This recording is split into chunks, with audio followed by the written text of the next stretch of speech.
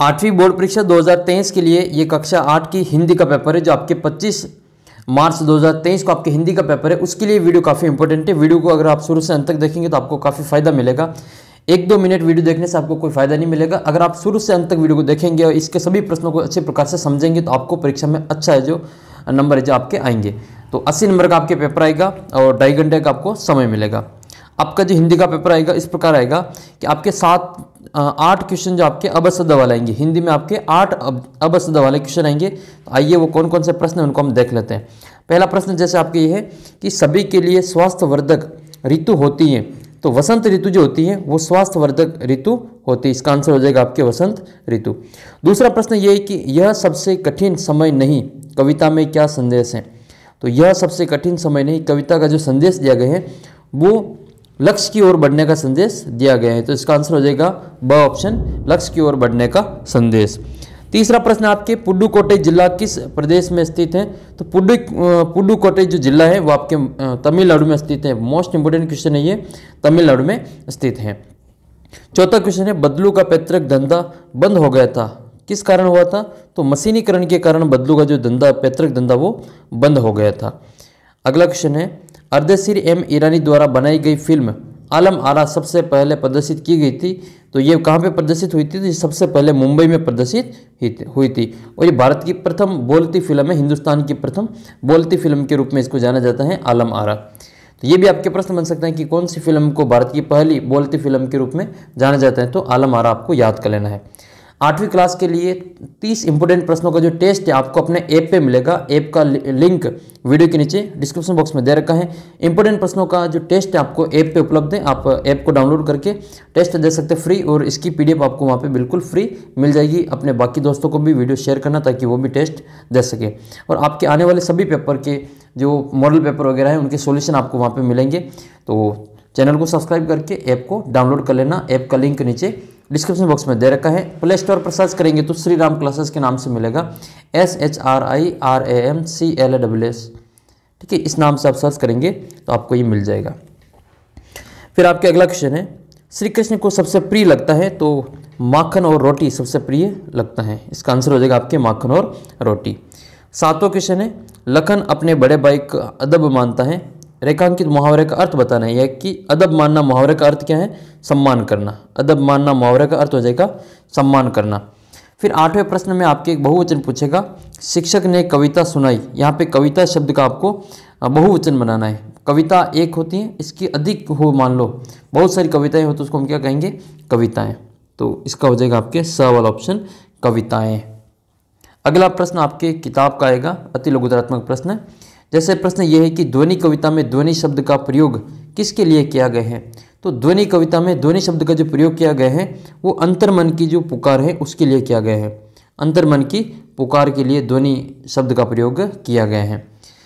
अगला प्रश्न 10वां है, जिस प्रकार धन में वान प्रत्यय लगाने पर धनवान बनता है, उसी प्रकार से वान प्रत्यय लगाकर आपको 2 नए शब्द बनाने हैं।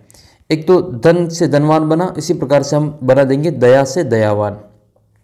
एक तो ये बन जाएगा, एक आप बना सकते हैं बल से बलवान, दयावान बलवान, और धनवान पहले से ही बना हुआ है। फिर 11वां क्वेश्चन जो आएगा आपके 2 व्यक्तिवाचक संज्ञा दे देंगे, शब्द दे देंगे, उनका वाक्य में प्रयोग करके वाक्य बनाना है। जैसे एक बीकानेर शब्द दे रखा है, बीकानेर व्यक्तिवाचक संज्ञा का उदाहरण है, इससे वाक्य बनाना है। तो हम ये बना सकते हैं कि बीकानेर राजस्थान का एक जिला है, या फिर बीकानेर में जो जूनागढ़ किला स्थित है, या जूनागढ़ किला बीकानेर में स्थित है। इस प्रकार से हम इसको बना सकते हैं। गीता को लेकर बनाए तो गीता के लिए हम क्या करेंगे, गीता, जैसे गीता एक धार्मिक ग्रंथ है, इस प्रकार से हम इसमें वाक्य बना सकते हैं। 12 नंबर क्वेश्चन आपकी किताब का है कि गांव की महिलाओं की साइकिल की तुलना किससे की गई। तो गांव की महिलाओं की साइकिल की तुलना हवाई जहाज से की गई। इसका आंसर हो जाएगा आपके हवाई जहाज। 13 नंबर क्वेश्चन है कि तू जो कहती बल की चोटी बेनी जो, यहाँ बेनी शब्द का अर्थ बताना है। तो बेनी का मतलब होता है चोटी, बेनी का मतलब क्या होता है, चोटी। 14 नंबर क्वेश्चन है आदमी की हैसियत में भेद कब पता चलता है। तो आदमी की हैसियत में भेद तब पता चलता है जब आदमी नए अधिक कीमत वाले जो कपड़े पहनता है, तब आदमी की जो हैसियत का पता चलता है। अगला क्वेश्चन आपके है लघुतरात्मक क्वेश्चन आएगा 15 नंबर। जो आपके सड़क सुरक्षा से संबंधित आएगा एक प्रश्न, ये तो फिक्स है सड़क सुरक्षा वाला। सड़क पर चलते समय आपके द्वारा अपनाई जाने वाली 4 सावधानियां लिखनी है। तो सबसे पहली सावधानी तो आप ये लिखेंगे कि सड़क पर हमेशा बाईं ओर चलना चाहिए। ठीक है, बाईं ओर चलना चाहिए, यह आपको जो अच्छी प्रकार से देख लेना है, सड़क पर हमेशा बाईं ओर चलना चाहिए। दूसरी जो लिखेंगे हम इसमें, दूसरी लिखेंगे सड़क पार करते समय पूरी सावधानी रखनी चाहिए। सड़क पर लगे यातायात चिन्हों का निर्देशानुसार पालन करना चाहिए या चलना चाहिए। जेब्रा क्रॉसिंग का उपयोग करना चाहिए, पैदल चलते समय जेब्रा क्रॉसिंग का प्रयोग करना चाहिए रोड पार करते समय। अगला प्रश्न आपके हैं किताब का, दीवाने एक स्थान पर टिक कर क्यों नहीं रहते हैं। ठीक है, किताब के आधार पर आपको बताना है कि दीवाने एक स्थान पर टिक कर क्यों नहीं रहते हैं।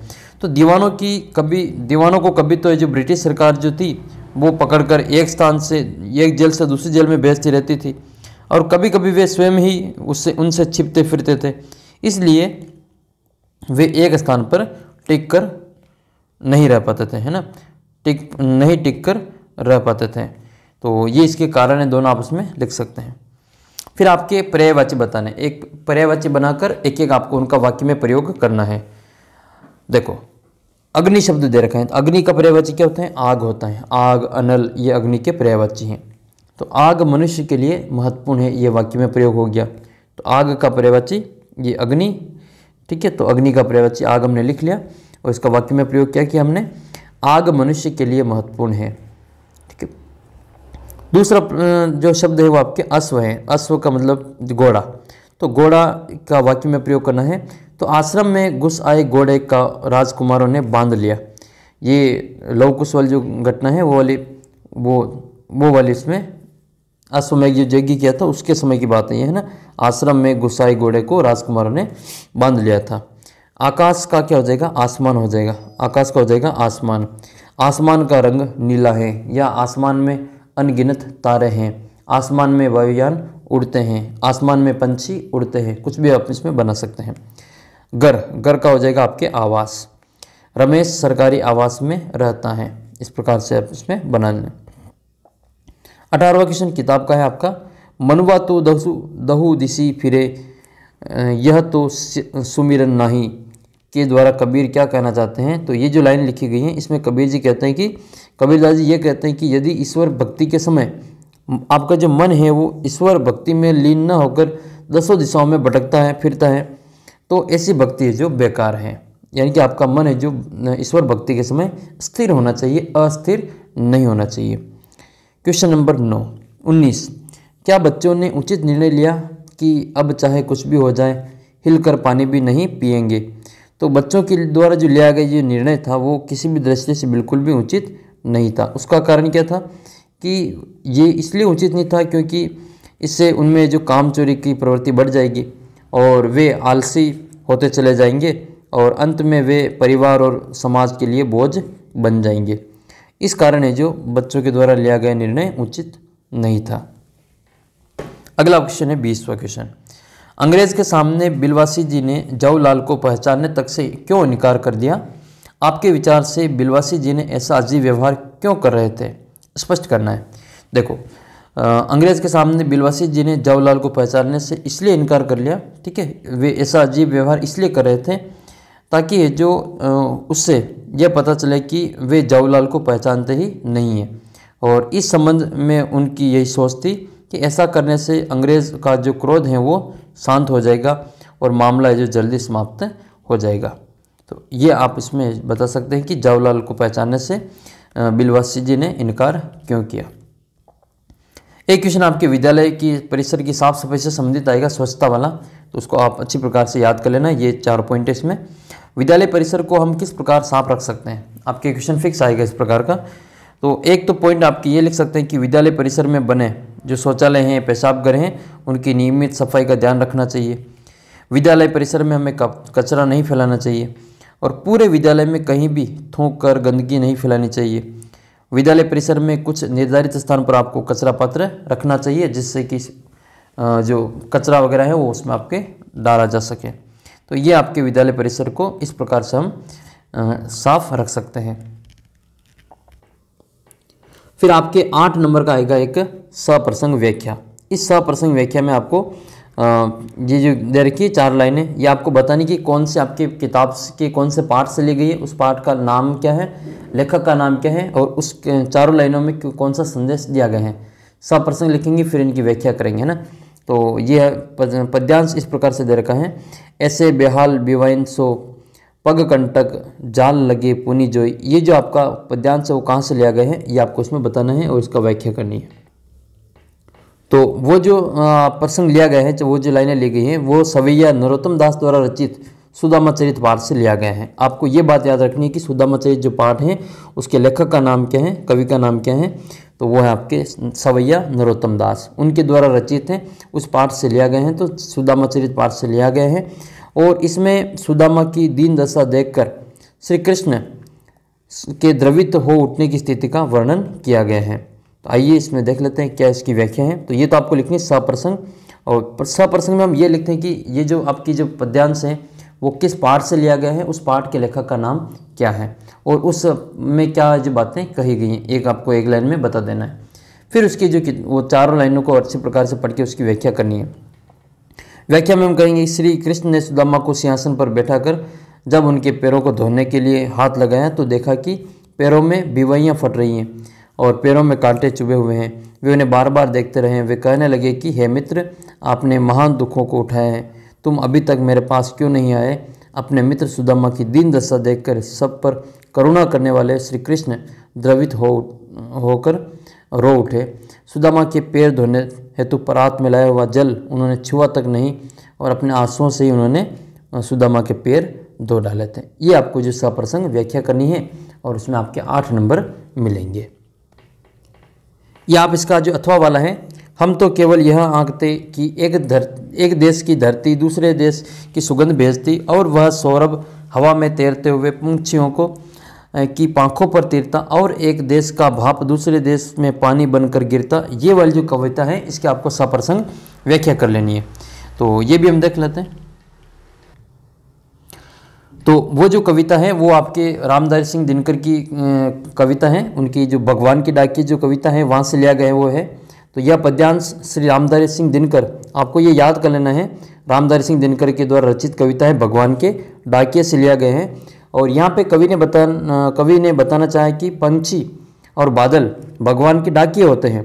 पक्षी और बादल भगवान के डाकिये होते हैं जो स्वतंत्र भाव से पूरित होकर विश्व बंधुत्व का संदेश देकर एक देश से दूसरे देश में पहुंचाते हैं। ये तो होगी इसकी सप्रसंग। प्रसंग का मतलब ये होता है कि वो जो कविता है वो उस कविता का नाम लिखना है और उसके कवि का नाम भी लिखना है और उसमें क्या संदेश दिया गया ये आपको उसमें बता देना है। फिर हम देखते हैं इसकी व्याख्या। देखो इसमें कवि श्री रामधारी सिंह दिनकर बतलाते हैं कि कवि बतलाता है कि धरती पर अनेक प्रदेश के फूलों की सुगंध हवा में तैरकर पंछियों के पंखों द्वारा एक देश दूसरे देश में बिना किसी बाधा अर्थात रुकावट के जाती हैं। ठीक है, ये जाती हैं और एक देश में बादल बनते तो दूसरे देश में बरसते हैं।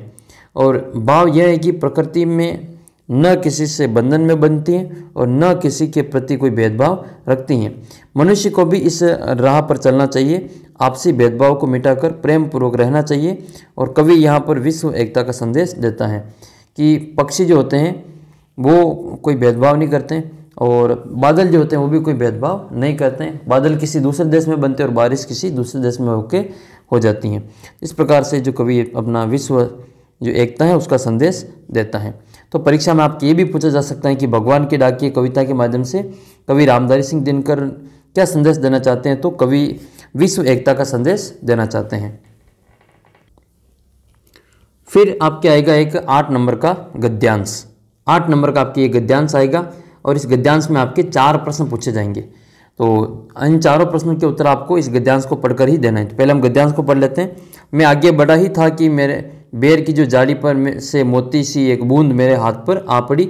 मेरा आश्चर्य का ठिकाना न रहा जब मैंने देखा कि ओस की बूंद मेरी कलाई पर से सरक कर हथेली पर आ गई। मेरी दृष्टि पड़ते ही वह ठहर गई। थोड़ी देर से मुझे सितार के सितारों की झनकार सुनाई देने लगी। मैंने सोचा कि कोई बजा रहा होगा।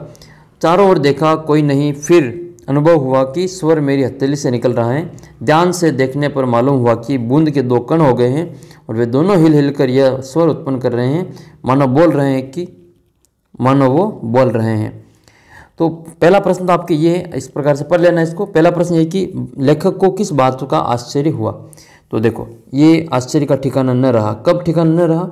ठीक है, जब ये जो उसने देखा कि ओस की जो बूंदे उसकी कलाई पर, लेखक की जो कलाई है उसे सड़क पर उसकी हथेली पर आ गई।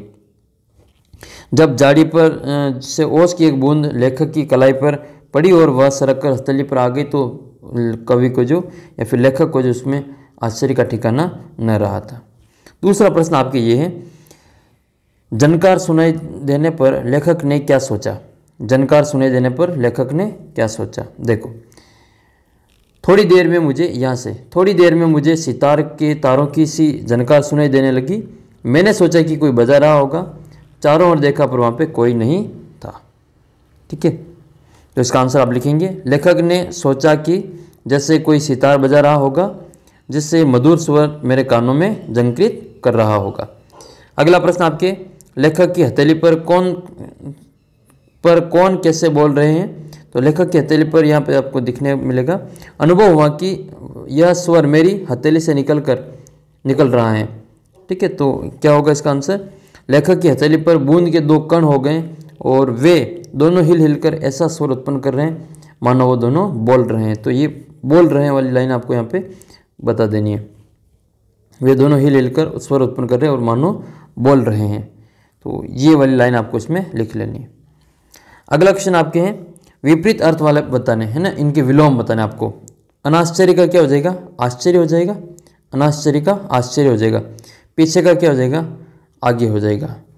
अच्छा, आपको एक मैं शब्द मैं देता हूँ, उसका आपको कमेंट करना है। ठीक है, अमीर का आपको विपरीत अर्थ बताना है।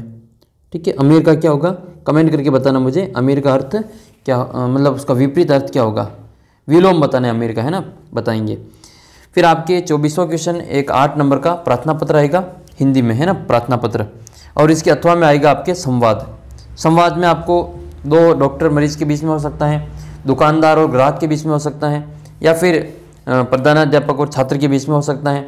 कुछ भी आपके जो दो व्यक्तियों के बीच का संवाद 8 लाइनों में आपके पूछा जाएगा और 8 नंबर का आएगा।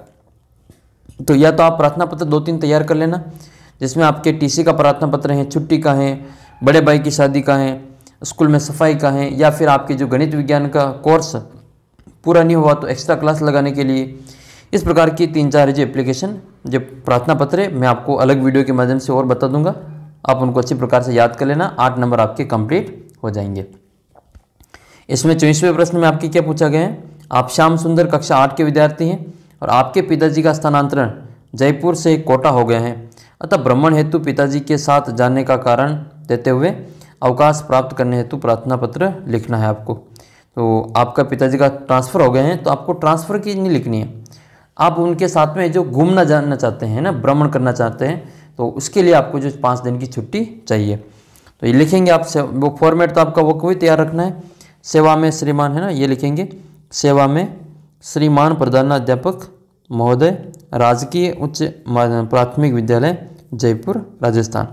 विषय क्या लिखेंगे, विषय अवकाश के लिए प्रार्थना पत्र। महोदय जी, सविनय नम्र निवेदन है कि मेरे पिताजी का स्थानांतरण जयपुर से कोटा हो गया है, अतः मैं उनके साथ जो भ्रमण पर कोटा जाना चाहता हूँ, इस कारण मैं 5 दिन तक विद्यालय में उपस्थित नहीं हो सकता।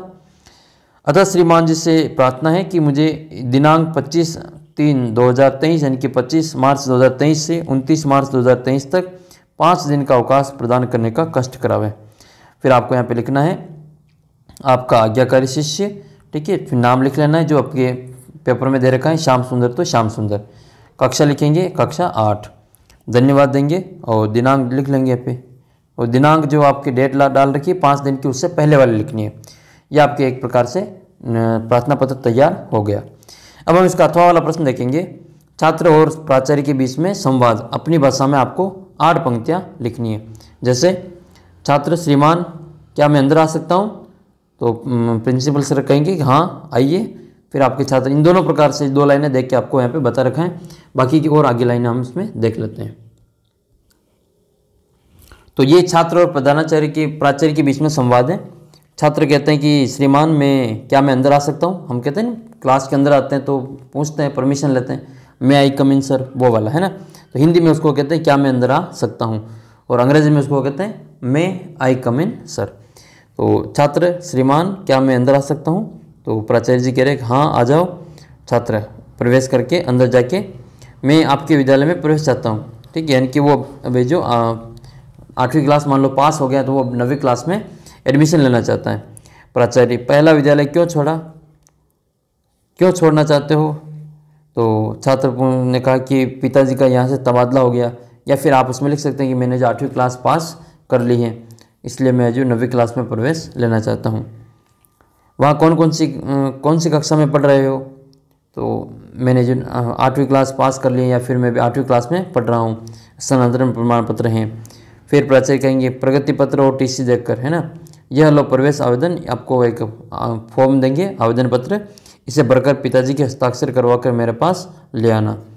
छात्र कहते हैं कि जी धन्यवाद, और ये आपका जो संवाद तैयार हो गया। कुछ नहीं, जो हम एक शिक्षक और छात्र आपस में जो बात करते हैं वो वाला बताना है, या फिर एक डॉक्टर और मरीज़ आपस में जो बात करते हैं क्या बात करते हैं वो वाला बताना है, या दुकानदार और एक ग्राहक क्या बात करते हैं वो वाली जो इसमें संवाद आ सकता है आपके। फिर अब तक आपने सारी चीज़ें देख ली। अब लास्ट क्वेश्चन आपका ये, और ये आपके एक निबंध आएगा। निबंध आपके एक तो कोरोना पर आ सकता है, 21वीं सदी की महामारी कोरोना, एक आपके मोबाइल का बढ़ता प्रचलन आ सकता है, जल ही जीवन का आ सकता है, और हमारे विद्यालय में वार्षिकोत्सव के ऊपर आ सकता है, या फिर स्वच्छ भारत अभियान के ऊपर भी आ सकता है, स्वच्छ भारत मिशन के ऊपर। तो आपको इस वीडियो में हम बताएंगे मोबाइल का बढ़ता प्रचलन, तो ये भी आपके इंपॉर्टेंट है, इसको आप अच्छी प्रकार से देखना। ऐप को ज़रूर डाउनलोड कर लेना, इसकी पीडीएफ मैं आपको ऐप पे डाल दूंगा बिल्कुल फ्री। आप 8वीं क्लास के जो बोर्ड पेपर की जो फोल्डर बना हुआ है उसमें जाके क्लास 8th की जो मॉडल पेपर वाले फोल्डर में आपको ये पीडीएफ मिल जाएगी, स्टडी मटेरियल वाले में।